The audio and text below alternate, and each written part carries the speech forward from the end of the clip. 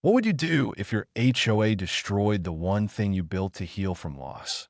Most people might file a complaint, maybe a lawsuit me. I build a moat. Not just any moat, a legally permitted, eco-certified water barrier filled with red-bellied piranhas. And when the HOA president tried to fight back, let's just say she got a little too close to the edge.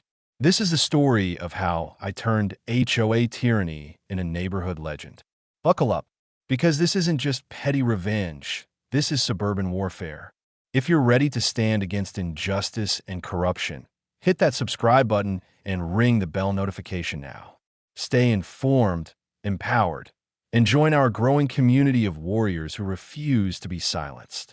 Because here, we don't just tell stories. We reveal the truth that started with a letter. Not a phone call, not a conversation, just a passive-aggressive envelope stuffed into my mailbox, stamped with the smug insignia of the HOA. Subject: mandatory removal of unauthorized water features. That I stared at the paper, my morning coffee turning bitter in my mouth. Brenda Collins, the newly self-appointed queen of our gated community, had unilaterally passed a motion banning all decorative ponds, fountains, and water-based landscaping in backyard spaces. Effective immediately. According to the letter, my koi pond, which I personally built by hand, stone by stone, after my wife passed, was now considered a health hazard, a visual distraction, an ecological risk. Pick a buzzword. They used them all. Let me be clear, my pond wasn't some murky mosquito swamp.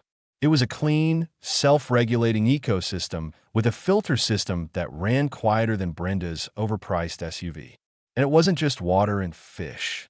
It was a space of peace, reflection, a memorial to someone I loved more than words could hold. But none of that mattered to the HOA.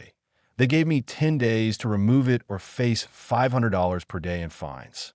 No appeal, no hearing, just an order. Brenda claimed she was protecting community aesthetics. In reality, she was policing anything that didn't match her artificial plastic garden and faux Tuscan patio set. The pond didn't offend our neighbors. It offended her control freak sensibilities. And here's the kicker. She didn't even knock on my door. Didn't ask. Didn't discuss. She sent a letter like a coward and let her rules speak louder than her voice. Find out if Brenda wanted a battle over water features. Then she was going to get one. But not the one she expected. Because if she thought a koi pond was disruptive, she hadn't seen anything yet. That day, I didn't just lose a pond. I lost my patience. And I decided I was done playing by their script, that I was going to write my own. And I'd start with something big, something bold, something with teeth. The morning they tore out, I didn't say a word, and I just stood there, arms crossed, jaw locked, watching as a pair of contractors, hired by the HOA, dug through the heart of what used to be my sanctuary. My koi pond, my peace, and no one made eye contact. Not even them. They knew this was personal. Hell, one of them paused halfway through, looked up, and muttered, "Sorry, man." I didn't respond. What was the point? Brenda wasn't there, of course. Cowards rarely are. She probably sent the order from her perfectly staged sunroom, sipping herbal tea in her white linen blazer, convinced she'd done the neighborhood a favor. To her, this was a win. One more unauthorized structure eliminated from her little empire of uniformity. But here's the thing people like Brenda never seem to understand. Silence doesn't mean surrender. That I didn't argue. I didn't threaten. I didn't call a lawyer. Not yet. I'll let it happen. I'll let them rip out the liner, drain the water, scoop out the lily pads like trash. I'll let them load my koi, yes, live fish, into plastic bins like they were nothing. And when they drove off, pondless yard behind them, I stepped inside, shut the door, and sat at my kitchen table, staring, thinking that I stayed up all night. Not because I was sad, but because I couldn't stop thinking. This wasn't about a pond anymore. It was about control, about power, about one woman deciding she could dictate what beauty looks like, what peace should sound like, what healing is acceptable in the eyes of a petty suburban regime. And the worst part, she thought I'd just take it, that I'd roll over, lick my wounds, and fall in line, that I'd keep my head down and forget the sound of water trickling under the moonlight, that I'd forget what it felt like to sit by the edge, watching koi glide like ghosts through the dark. She had no idea who she was dealing with, that I'm not the guy who files angry Facebook posts. I'm not the neighbor who rants at town halls. I don't throw tantrums that I build systems. I understand ecosystems. And most importantly, I play the long game. So I poured a fresh cup of black coffee, opened my laptop, and began to draft something unconventional. If Brenda didn't want a pond, fine, I'd give her something else, something legal, something beautiful, and something that would keep her and the entire HOA up at night. You see, I don't believe in revenge, but I do believe in consequences, and hers were coming. That I'm not a reckless man, that I don't lash out. I don't act on impulse. That's not how I'm wired. I'm a systems thinker, someone who believes every reaction should be equal parts logic and precision. But that night, I wasn't just angry, I was activated. Brenda took my pawn, but she also took something deeper: control over my space, my sanctuary, my right to grieve the way I needed to. And that wasn't just petty, that was personal. So I started with a question: what exactly can I build on my property that they legally can't touch? Turns out a lot. That I dove into my town's zoning ordinances, HOA bylaws, municipal landscaping codes, environmental regulations, you name it, I read it. And buried in that bureaucratic jungle of clauses and exceptions, I found gold. There's a little-known section in our community development guide that encourages eco-positive landscape design. It specifically supports natural water features, provided they serve a functional ecological purpose, like promoting local biodiversity, reducing surface runoff, or preventing mosquito breeding. In other words, if I didn't call a pond, but instead a natural water barrier with ecological intent, I could build something bigger, wider, deeper. A moat. Not just a symbolic trench of petty vengeance, but a full-scale, water-regulated feature that completely encircled my house. Now, before you think I've lost it, this wasn't a medieval fantasy. This was a calculated strike dressed in environmental righteousness. And better yet, it was completely above board. All I needed was the right language, the right design, and the right permits. So I made some calls. Not to contractors, but to specialists. A hydrologist, a native plant consultant, even an environmental impact officer I'd met years ago during a nonprofit project. Within 48 hours, I had a team that we would dig a trench that wrapped around my entire property, 4 feet wide, 3 feet deep, lined with eco-filtering gravel, native aquatic plants, and a recirculating pump to keep the water fresh. It would be classified as a permeable bioswale under state guidelines designed to support pollinators, reduce runoff, and enhance natural water flow. But I wasn't stopping there. This moat was going to be more than just a legal flex. It was going to be a statement, a living monument to the fact that I was done being pushed around. I drafted a blueprint, 1 part science, 1 part theater. A narrow wooden footbridge over the water with solar lights along the path. Floating lily pads, stones imported from a quarry in Arizona, and tucked into the specs, room for fish. Not koi this time. Piranhas. Yes, you read that right. Not the mutant horror movie kind, but actual red-bellied piranhas, perfectly legal to own in my state with proper permits. Small, toothy, carnivorous, but harmless unless provoked. They'd never escape. The water was fully enclosed, the filtration system self-contained, and I'd install reinforced mesh netting beneath the surface just in case. That I wasn't doing this to hurt anyone, that I was doing this to prove a point. You don't get to destroy my peace and walk away unscathed. By the time Brenda would realize what I was building, it would already be done.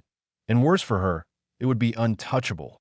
Because I wasn't breaking rules, that I was rewriting the battlefield. And I was playing by the book she helped create. The first excavator rolled in on a Tuesday morning. That I stood on my porch, coffee in hand, watching the behemoth of a machine inch its way onto my lawn like a prehistoric beast. It let out a low mechanical growl as the operator revved it up, and the ground trembled just enough to make the HOA twitch. Within the hour, the crew started digging. Not fast, not sloppy, methodical, clean lines, strategic placement, the kind of digging that screams, this isn't some weekend DIY. This is architectural warfare. By noon, half the neighborhood was watching from behind blinds and garden hedges. Some curious, some concerned, some, like Brenda, furious. She didn't approach me directly, of course. She never does. But I caught her white Lexus crawling by, twice, windows down, sunglasses on, lips pursed so tight they disappeared into her Botox scowl. A passenger sat beside her, probably another HOA officer, whispering something that made Brenda's nostrils flare like a warhorse catching scent of rebellion that I waved. She didn't wave back. Good, be why the end of the first day. We'd completed one side of the moat. It wasn't just a ditch. It was art. The trench was perfectly measured, sloped for water flow, lined with custom gravel. Flags marked future bridge placements. Sensor lights were embedded into the soil, hidden for now, but ready to glow like a runway when darkness fell. And still, no one had any idea what it was. The HOA sent a friendly inquiry via email. The subject line, clarification request, excavation activity on Lot 28. I didn't respond. The next day, Brenda tried a more direct tactic. A man in a blazer, clearly a lawyer or someone who wanted to look like one, showed up and asked if I had a permit. I handed him a folder, stamped, sealed, and approved by the county planning office. He flipped through it with visible disappointment. "This is very thorough," he muttered. "Yes," I said, "I'm very thorough." He left without another word. That was the moment they realized this wasn't a bluff. This wasn't reckless. This was calculated. Every stone placed with legal intent. Every drop of water prepared to withstand scrutiny. And Brenda? She couldn't stop it. Not without breaking her own precious rules. The irony was delicious. She built a kingdom out of bylaws and fine print. And now she was watching it collapse, one shovel of dirt at a time. The morning the water trucks arrived, the neighborhood fell silent. Two massive tankers pulled up at 7 a.m. sharp, engines rumbling like thunder. I stood at the edge of my freshly carved trench, hands in pockets, sunglasses on, watching as pressurized hoses hissed and roared to life. Gallon after gallon surged into the moat, flowing like justice itself. Kids on bikes slowed down. Joggers stopped mid-stride. Even the mailman paused to stare. By 10 a.m. The dry trench had become a full, shimmering loop of water, clean, filtered, and unervingly deep. That's when the real panic started. Brenda's car appeared almost immediately. She didn't even wait for it to stop rolling before she threw the door open and marched onto the sidewalk, heels clacking like a death sentence. She stared at the water. I stared back. "I'm going to ask you once," she barked. "What is this?" I took a slow sip of coffee and smiled. "An eco-regenerative bioswale," I said. "Fully permitted. Fully legal. Would you like a copy of the design plans?" Her face turned a shade somewhere between beetroot and nuclear meltdown. "This is not what we meant by acceptable landscaping." "That's funny," I replied, pulling a laminated copy of the HOA landscaping rules from my folder. "Because your own bylaws state that water-based features promoting native ecology and runoff mitigation are encouraged." She snatched the paper, skimmed it, then threw it back like it was on fire. "This is a liability. It's dangerous." "Not if no one jumps in," I said flatly. She stormed off, muttering threats under her breath, probably already planning an emergency board meeting. But that wasn't the punchline. The real show hadn't started yet. That evening, under cover of dusk, I introduced the final phase of my plan. A truck arrived. This one quieter, unmarked. Inside were several tanks containing my newest residents, red-bellied piranhas. Legally imported. Vet certified.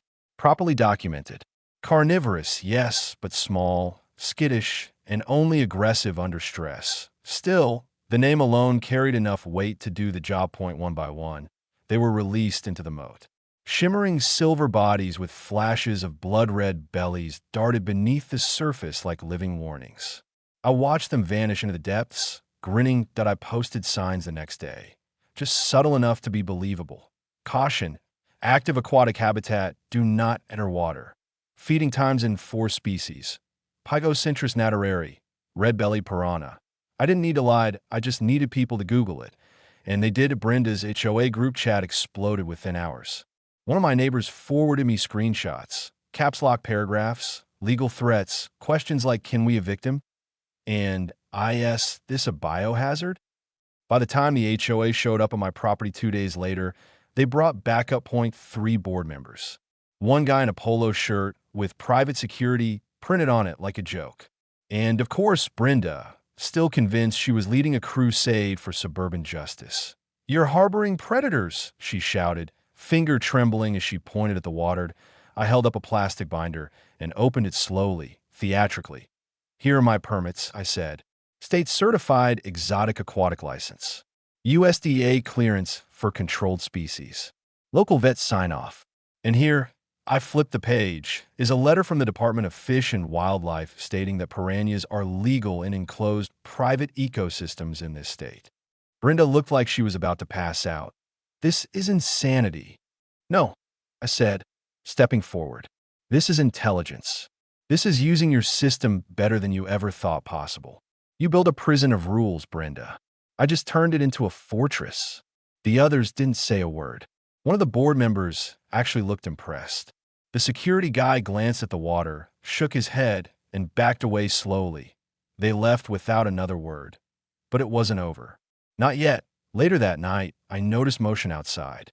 A familiar figure, Brenda, walking along the moat, holding a flashlight, as if she could catch the fish in the act of existing that I watched from my upstairs window, sipping whiskey. And then it happened as she leaned forward to shine her light closer. Her foot slipped on the damp stone edge. It wasn't dramatic. It was clumsy. Human. A quiet splash. A scream. Then silence, followed by frantic splashing and shrieks of terror. She scrambled out seconds later, soaking wet, hair clinging to her face, dress suit dripping and twisted. The look of pure horror made it worth every second of planning. And the best part? The cameras caught it all, and no one was hurt. No one was bitten, but the fear, that primal terror of falling into a moat filled with misunderstood creatures, was deliciously poetic. That clip? It didn't stay private for long. The next morning, the video was everywhere, captured perfectly by one of my outdoor security cameras. Brenda, in full HOA battle gear, flashlight in hand, teetering on the stone edge of my moat like a suburban raccoon, then slipping with a startled yelp and crashing into the water like a sack of wet laundry. 12 seconds.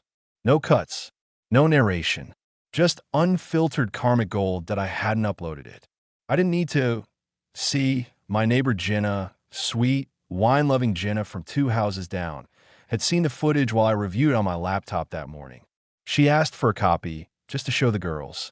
That was my mistake, because 3 hours later, it was on Facebook and Reddit and TikTok, reposted with titles like HOA Queen tries to catch illegal fish, ends up swimming with them.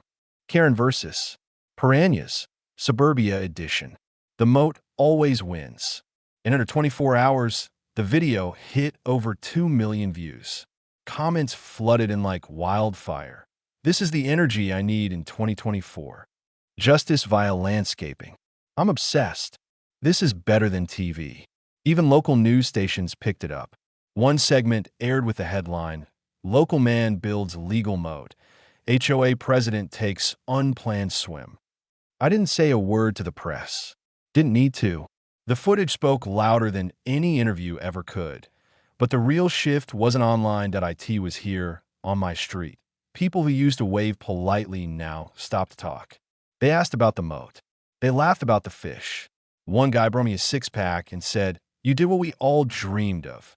The power dynamic had flipped. Overnight, the HOA, which had once ruled with laminated flyers and threats of fines, was now the punchline of the neighborhood. No one feared them anymore. Brenda, especially, had become something worse than feared. She was mocked. At the next board meeting, barely 6 people showed up. Someone slipped a printed meme onto the clubhouse bulletin board. Brenda, Queen of the Deep. A cartoon of her flailing in my moat, surrounded by tiny fish wearing crowns. She tore it down in front of everyone, of course. Red in the face. Shaking. But it didn't matter. The damage was done. Her authority? Gone. Her image? Drenched, literally and figuratively. She tried to file a formal complaint against me for public endangerment. It didn't stick. My permits were ironclad. The piranhas were documented. The moat was legally defined, and the video made it very clear. She fell in. I didn't push her. For the first time in years, the neighborhood felt free to And more HOA emails about mailbox paint colors. No more threats about wind chimes. No more clipboard patrols measuring how far our trash bins stuck out. The fear was gone. And in its place, laughter, conversation, actual community, all sparked by one petty woman, one brilliant moat, and a few misunderstood fish with sharp little teeth. That IT wasn't enough to win that I wanted to celebrate. Not out of spite. Okay, a little out of spite, but mostly because something had shifted. The neighborhood had changed. People were talking again, laughing, swapping stories, swapping phone numbers. It felt like a community. I did what any petty, victorious homeowner would do. I threw a party, and not just any party. A moat party. Invitations were simple. A flyer taped to every mailbox with bold block letters. You're invited. One night only. The first annual moat party. Live music, lights, food, drinks, fish. HOA board members politely discouraged from attending. Setup took a week. I hung string lights around the moat. Rented outdoor heaters. Set up long picnic tables. A friend brought a sound system. Another offered to bartend. People volunteered to bring food. I didn't even have to ask, and when Saturday night rolled around, the neighborhood showed up that I expected maybe 20 people. We had over 60 kids ran around with glow sticks. Adults toasted beers and cocktails by the fire pit. Someone brought a karaoke machine and turned it into a running joke, singing sea shanties while pointing dramatically at the moat.